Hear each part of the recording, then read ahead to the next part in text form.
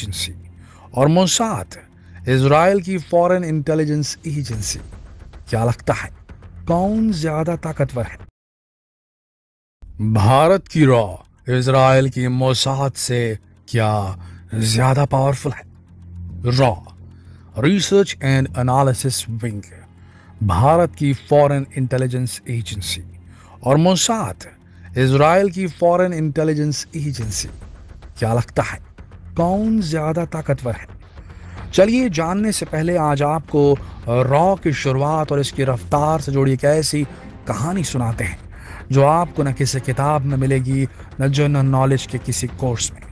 हो सकता है इस घटना को सुनने के बाद हम कुछ बेहतर तरीके से आपको इस सवाल का जवाब दे पाएं कि कौन सी इंटेलिजेंस एजेंसी ज्यादा पावरफुल है, भारत की या इजराइल की। आज आप भारत की बहादुरी का ये किस्सा बड़े ध्यान से सुनिएगा ताकि आप इसे आगे फॉरवर्ड कर सके और अपनी नेक्स्ट जनरेशन तक भी इस वीडियो की जानकारी को पहुंचा सके। ये बात है अक्टूबर 1962 की, जब भारत के पास कोई फॉरेन इंटेलिजेंस एजेंसी नहीं थी, कोई खुफिया तंत्र नहीं था। भारत की सेना हमेशा की तरह अक्साई चीन के बॉर्डर पर निगरानी रखे हुई थी। हर दिन की तरह इस दिन की शुरुआत भी शांति से हुई थी और भारत को अंदाजा भी नहीं था कि कुछ होने वाला है। लेकिन फिर शुरुआत हुई चीन की सबसे शर्मनाक हरकत की। अचानक से चीन की सेना ने बिना किसी सिग्नल के अटैक कर दिया। क्या इंटरनेशनल ट्रीटीज और क्या युद्ध के नियम।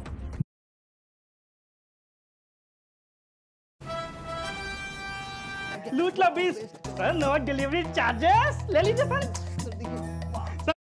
भारतीय सैनिकों से 10 गुना ज्यादा सैनिकों को चीन ने भारतीय आउटपोस्ट को घेरने और वहां कब्जा करने के लिए भेज दिया था। और भारत की इंटेलिजेंस एजेंसी, ना इसका कोई फॉरेन ऑपरेशन हुआ करता था उस वक्त, न देश के नेताओं को इतनी समझ थी कि आसपास के दुश्मन देशों पर खुफिया तरीके से निगरानी भी रखनी होती है। भारत की सेना बुरी तरह परास्त हो गई। भारतीय गवर्नमेंट के लिए जो बात शर्मनाक होनी चाहिए थी उसके ऊपर कोई खास रिएक्शन तक देखने को नहीं मिला। लेकिन फौज को भारतीय सरकार की इस लापरवाही का अंदाजा हो गया था। तभी तो सन 1965 में पाकिस्तान ने जब हमला किया तो लाहौर में घुसकर भारतीय सेना ने उनकी धज्जियां उड़ा दी और उसके बाद सेना ने सरकार को उनकी इंटेलिजेंस एजेंसी की कमियों से अवगत कराना शुरू कर दिया था। कैसे सरकार की कमियों की वजह से बहादुर सिपाहियों को अपनी जान से हाथ धोना पड़ रहा है, ये बताया था उन्होंने। इसके बाद 1968 में सत्ता में आई भारत की प्रथम महिला प्रधानमंत्री, जिसने सिंहासन पर बैठते ही भारत की डिफेंस स्ट्रैटेजीज को प्रेफरेंस देनी शुरू कर दी और मौका मिलते ही सामने आए भारत के स्पाई मास्टर, सबसे पहले बेहतरीन खुफिया जासूस RN काओ, जिनके कारनामों को आप RN काओ जेंटलमैन स्पाई मास्टर नामक बुक में पढ़ सकते हैं। दोस्तों, अगर RN काओ और इंदिरा गांधी की साझेदारी ना होती तो शायद उस समय भी रॉ की नींव रखी ही नहीं जाती। लेकिन इन दोनों ने बना डाली एक एक्सटर्नल इंटेलिजेंस एजेंसी R&AW। 250 लोग, RN Kao as chief of रॉ और 20 लाख रुपए की फंडिंग। यही थी शुरुआत रॉ की। दुनिया की नजरों में भारत की इंटेलिजेंस एजेंसी अभी भी कमजोर थी, लेकिन इसकी बहादुरी तो देखिए। भारत ने 1971 में रॉ के दम पर ही बांग्लादेश को पाकिस्तान के जुल्म सितम से मुक्त कराने की घोषणा कर डाली। 1971 की इंडो पाकिस्तान वॉर में भारत की जीत को दुनिया ने देखा, जब 93,000 पाकिस्तानी सैनिकों ने आत्मसमर्पण कर दिया। ये कमाल इस बार सिर्फ भारत की सेना का नहीं था, रॉ के जासूसों का भी था। लेकिन वो प्रधानमंत्री जिसने भारत की इतनी स्ट्रॉन्ग एजेंसी बनाने में अपना योगदान दिया, बांग्लादेश को आज़ाद कराने का ऐतिहासिक फैसला लिया, उसे सत्ता के लालच ने ऐसा जकड़ा कि सत्ता चले जाने के डर से भारत में आपातकाल की घोषणा कर दी गई और यहीं से शुरू हो गई रॉ की नाकामी की कहानी।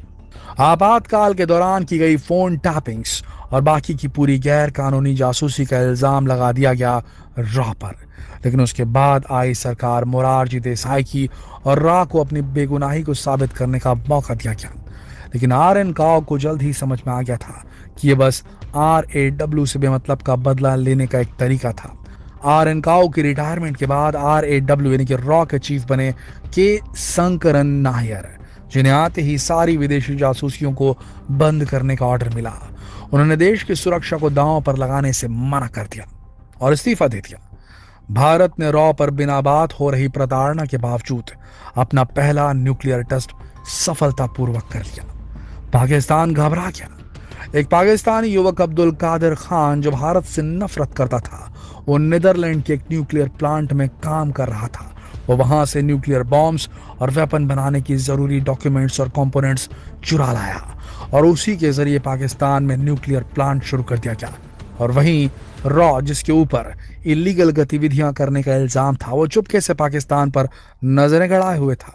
रॉ को पाकिस्तान के मंसूबों का पता चल गया। अगर पाकिस्तान न्यूक्लियर पावर बन जाता तो भारत के साथ खतरा किसी और को भी था, और वो था इजराइल। तो रॉ के साथ ही इजराइल की मोसाद भी जासूसी में लगी थी। लंबे समय तक रॉ का एक एजेंट अपनी जान को जोखिम में डाले बस एक क्लू ढूंढ रहा था, उस जगह तक पहुंचने का जहां पाकिस्तान का न्यूक्लियर प्लांट सबसे छुपकर न्यूक्लियर पावर बना रहा था। क्या आप जानते हैं कौन था वो एजेंट? अजीत डोवाल। जी हाँ, अभी के करंट के NSA national security adviser Ajit Doval ही थे वो स्पाई, वो खुफिया एजेंट जो उस वक्त पाकिस्तान के न्यूक्लियर प्रोग्राम की गुप्तचरी का काम कर रहे थे। उन्होंने चालाकी से न्यूक्लियर प्रोग्राम की जानकारी भी हासिल कर ली और एक पाकिस्तानी वैज्ञानिक को न्यूक्लियर प्रोग्राम का ब्लूप्रिंट लेने के लिए भी राजी कर लिया। मगर उस समय एक दिक्कत आई। उस समय के तत्कालीन प्राइम मिनिस्टर मोरारजी देसाई को इंटरनेशनल स्पाइस का कोई नॉलेज नहीं था। उन्हें खुफिया एजेंसी के बारे में कोई खास जानकारी नहीं थी और उन्होंने रॉ को उस ब्लूप्रिंट के लिए $10,000 प्रोवाइड करने से मना कर दिया। ये सबसे बड़ी गलती रही मोरारजी देसाई की और इतने सालों की रॉ की मेहनत बेकार होती नजर आई। ऊपर से मोरारजी देसाई जी ने ये कह दिया रॉ को कि उस समय के चीफ से उन्होंने ये कहा, रॉ के जो चीफ थे उनसे कह दिया कि रॉ को इस प्रकार की गतिविधियों पर तुरंत अंकुश लगाना चाहिए। इसी चक्कर में, आप लोगों के चक्कर में, रॉ के चक्कर में भारत पाकिस्तान के बीच टेंशन पैदा हो रही है, ये कह दिया उन्होंने, जो कि काफी गलत डिसीजन था उनका। सबसे बड़ी बात, उन्होंने फोन लगा दिया पाकिस्तान के पीएम को। कौन थे वहां के पीएम पाकिस्तान के उस वक्त के? मोहम्मद जियाउल हक। और फोन करके उन्होंने रॉ की गतिविधि की जानकारी तक दे डाली और न्यूक्लियर पावर प्लांट के बारे में भी बता दिया। जियाउल हक ने पाकिस्तान में फैले सारे रॉ एजेंट्स को उस वक्त दर्दनाक मौत दे दी थी दोस्तों। इस सबसे बड़ी त्रासदी थी भारत के खुफिया एजेंसी रॉ के लिए। अजीत डोवाल को छोड़कर सब मारे गए और रॉ 10 साल पीछे पहुंच गया। यह भारत के अब तक के किसी भी राजनेता द्वारा की गई सबसे बड़ी गलती मानी जाती है आज तक। पाकिस्तान ने 1990 में मोरारजी देसाई को अपने सर्वोच्च पदक से भी सम्मानित किया था। सन 1981 में इंदिरा गांधी दोबारा सत्ता में आ गई थी। वो भले ही सत्ता की लालची थी, लेकिन देश प्रेम भी उनके अंदर कूट कूट कर भरा हुआ था। उन्होंने आते ही भारत की सुरक्षा पर काम करना शुरू कर दिया और रॉ को जल्द से जल्द सब कुछ ठीक करने के लिए कोई प्लान बनाने को कहा। सन 1981 में ही इजराइल ने भी इराक में घुसकर उनका न्यूक्लियर रिएक्टर डिस्ट्रॉय करके एक बड़ी जीत हासिल की थी। इंदिरा गांधी और रॉ ने इस तरीके को अडॉप्ट किया और भारतीय एयरफोर्स को तैयार करना शुरू कर दिया। पूरी तैयारी हो चुकी थी, लेकिन किसी तरह यूएस की सेंट्रल इंटेलिजेंस एजेंसी यानी CIA को भारत की इस योजना की खबर लग गई और उसने भारत पर इसे रोकने का दबाव बनाना शुरू कर दिया। अब भारत पाकिस्तान को न्यूक्लियर कंट्री बनने से नहीं रोक पाया। रॉ तो पहले ही मोरारजी देसाई के कारनामों की वजह से 10 साल पीछे चला गया था। सन 1998 में पाकिस्तान न्यूक्लियर कंट्री बन ही गया, लेकिन फिर 2014 में सत्ता की कमान आई नरेंद्र मोदी जी के हाथ में और भारत की रॉ ने ऐसे ऐसे प्लान्स बनाए कि मोसाद भी देखता रह गया। भारत की पाकिस्तान पर एयर स्ट्राइक, जमीनी रास्तों से पाकिस्तान की भूमि पर घुसकर भारत के वीर जवानों ने पाकिस्तान के आतंकवादी कैंप्स के चीथड़ उड़ा डाले और कुछ ही घंटों में बिना किसी लॉस के भारत की सीमा में वापस आ पहुंचे। रॉ और इंडियन आर्मी ने दुनिया को मोसाद से भी बेहतर तरीका पेश कर डाला दुश्मन के मंसूबों को नाकामयाब करने का। दोस्तों, आज भले ही इजराइल की मोसाद अपने सीक्रेट ऑपरेशंस के जरिए हॉलमार्क सेट करने के लिए जाने जाती है, लेकिन रॉ के इनोवेटिव और एक्यूरेट ऑपरेशंस अब मोसाद को टक्कर देने लगे हैं। इसलिए अनुमान लगाया जाता है कि जल्द ही रॉ मोसाद को पीछे छोड़कर उसकी जगह लेने वाली है। दोस्तों, क्या आपको लगता है कि आज जो मोसाद अपने खतरनाक ऑपरेशंस पर गर्व किए बैठी है, कितना समय लगेगा भारत की रॉ को उसे रिप्लेस करने में, उसकी पोजीशन को रिप्लेस करने में? रॉ ने 2015 के बाद जो तेजी दिखाई है, उससे हमें तो यही लगता है ये बहुत ही कम समय में मोसाद से कहीं बड़ी, कहीं बेहतर इंटेलिजेंस एजेंसी के रूप में अपने आप को एस्टैब्लिश कर पाएगी पूरी दुनिया में। दोस्तों, हम सबको गर्व होना चाहिए रॉ पर, रिसर्च एंड एनालिसिस विंग पर, जो कि भारत की खुफिया एजेंसी है। क्या लगता है आपको, कब रॉ बनेगी मोसाद के बराबर की टक्कर वाली टेक्नोलॉजिकली एडवांस्ड खुफिया एजेंसी? अपने विचार नीचे कमेंट सेक्शन में लिखकर जरूर बताएं और जितना हो सके इस वीडियो को शेयर करें फेसबुक पर, व्हाट्सएप पर, यूट्यूब पर। धन्यवाद। 40 साल पुराना